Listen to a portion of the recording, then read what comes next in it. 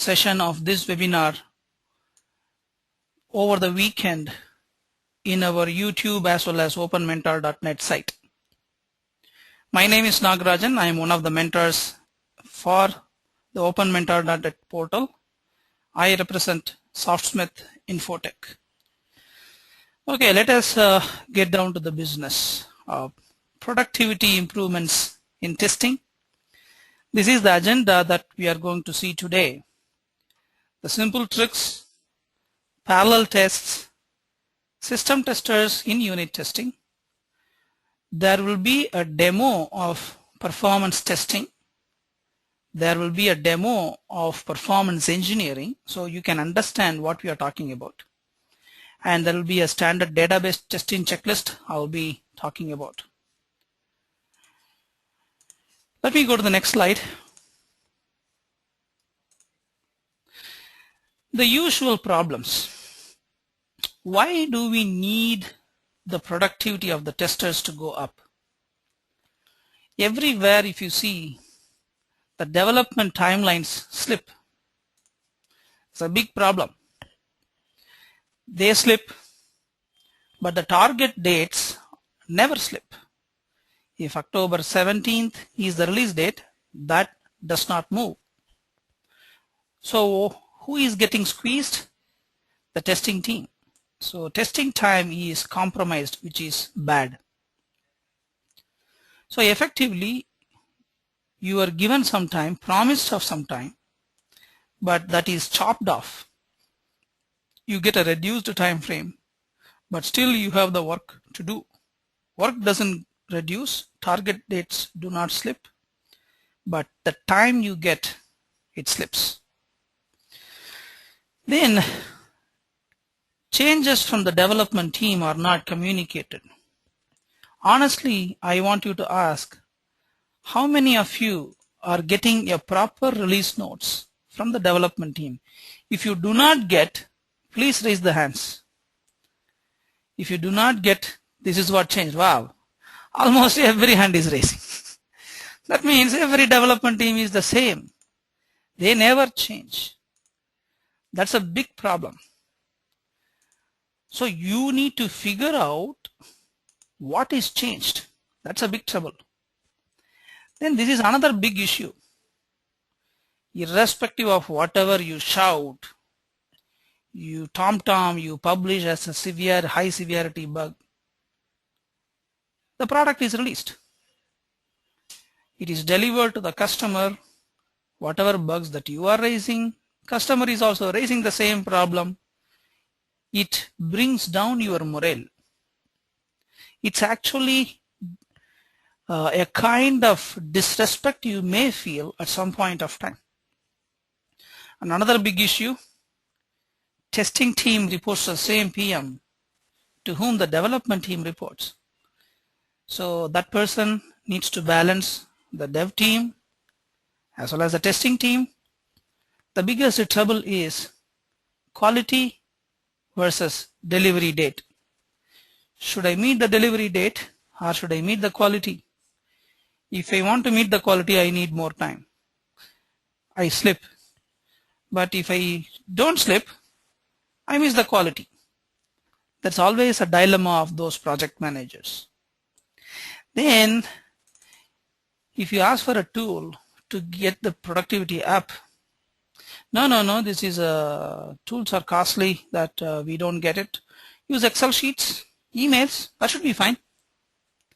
So tools you are not getting provided, that's a big trouble. But the problem is, hey, I want the delivery to be fast. Speed, speed, speed.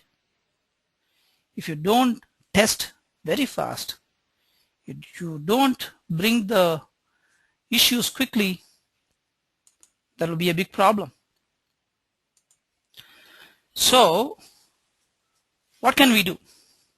What best we can do to avoid these things or to improve from these areas? What we are trying to do is a few simple tricks you need to follow on a daily basis. Okay. A few people claim that the voice is not there, but I don't see the issue from others. Maybe if you don't have a DSL or a broadband, good broadband, you may have some voice troubles as well as the video not in sync with the voice. So you need to have a proper bandwidth internet. Hope the voice is fine for you now all. Okay, can you please raise the hands if everything is okay? Perfect. Okay, so it is only a few people who are having that problem. Okay. Now coming back to this, what we are talking about is there are few simple tricks that can make wonders. Okay, but you need to follow it on a daily basis. It will tremendously improve your productivity by almost 20 to 30%. First thing, the first thing that you need to do is this. In any team, you will have juniors, you will have seniors. In any application, you have field level tests, like field should be numeric, non-numeric, and then form level test. Add, modify, delete, view, submit, and then some workflow, right? Make sure you allocate field level tests only to juniors. They are fast in execution. The number of tests for fields is more. Make sure they do the form level test. Fill the form, submit. Fill the form, submit. Senior people to do workflow, because the workflow represents business. Do not put juniors into the business related workflow tests. This is the first mistake most people do. They expect every tester to do every test. Don't do that. That's the first mistake. Juniors do field and form level tests. Seniors do workflow tests. Then there is a big thing called CRUD. Create, read, update, delete. Okay. Whenever you are dealing with any kind of a testing, let us take a purchase order. Create a purchase order, see the purchase order details, update the purchase order, delete the purchase order, or create a task, view the task, update the task, delete the task. Create kind of tests must be done first. All create tests you do first. Then view tests, then update tests, then delete tests. Because deletes are almost like 1 to 2% in the whole business. Creates always happen, view always happen, updates happen maybe 50 to 60% of the time. Delete happens very, very few. So you give more importance or do them first. Create tests first. So for example, if you are testing a bug tracking system, creating a bug, viewing the bug, updating the bug, deleting the bug. Do that first. You apply this to every tester in every cycle. Many times what happens is, first they start very, very good. Then they lose this tempo. If you lose this tempo, then you lose the speed. Third thing, this report testing is something one needs to work out very, very clearly. Let me do one thing. Let me open up a simple application. This is actually one of our, I don't know how many people might have seen this one. This is our flagship product, QA Monitor. This is a full-fledged end-to-end test management system. It has got requirements, test planning to test case to bug tracking. Okay. What we are like to do in this one, I'll show you a few reports. Okay. I'll show you a few reports. I think the screen is taking some time to refresh. Probably you may, for me the screen is refreshed. For you, the screen may get refreshed in a few seconds or so. Let me redo it once again. Okay.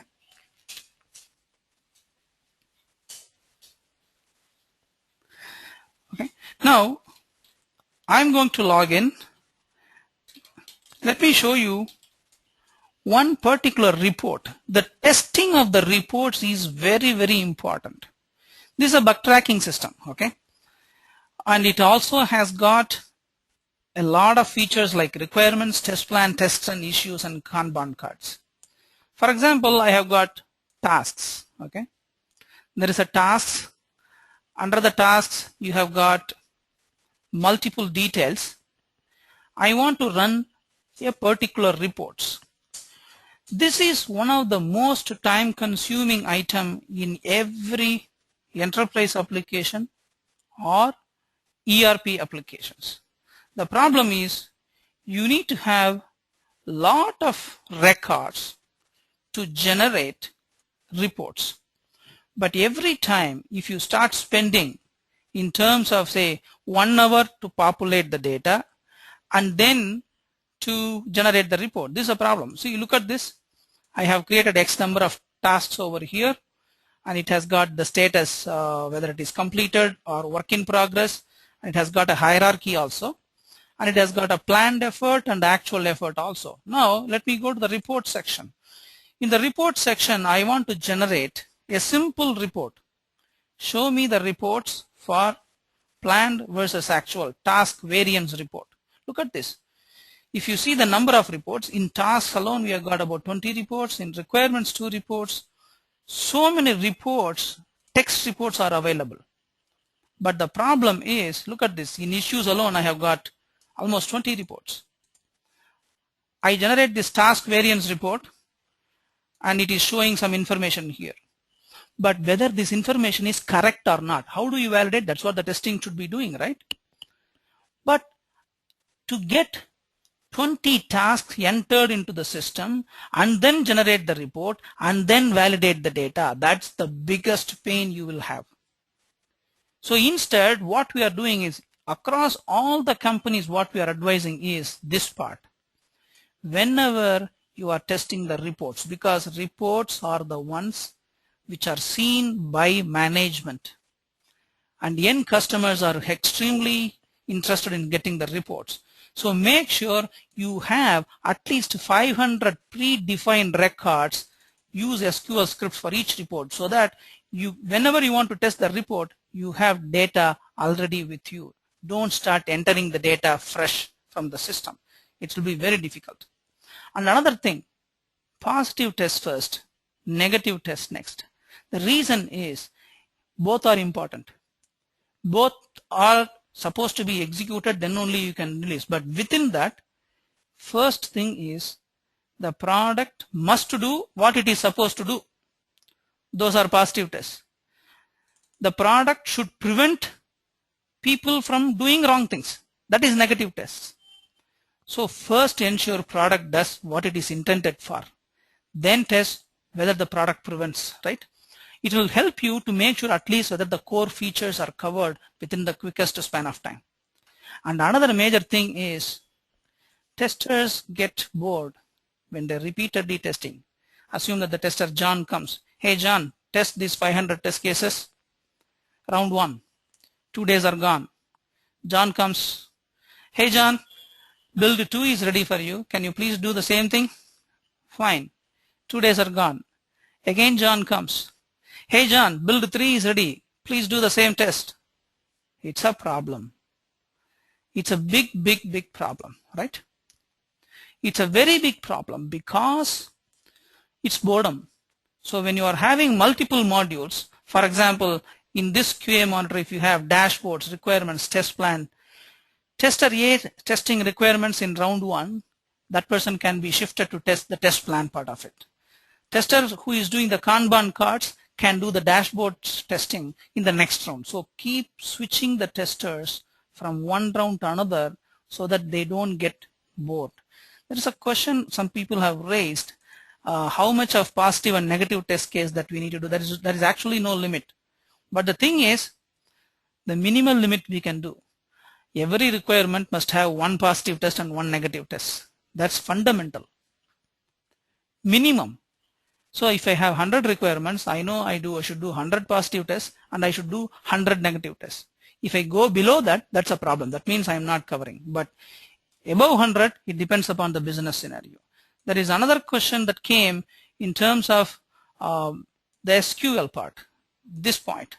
The SQL is, just to check this one, let us take this one.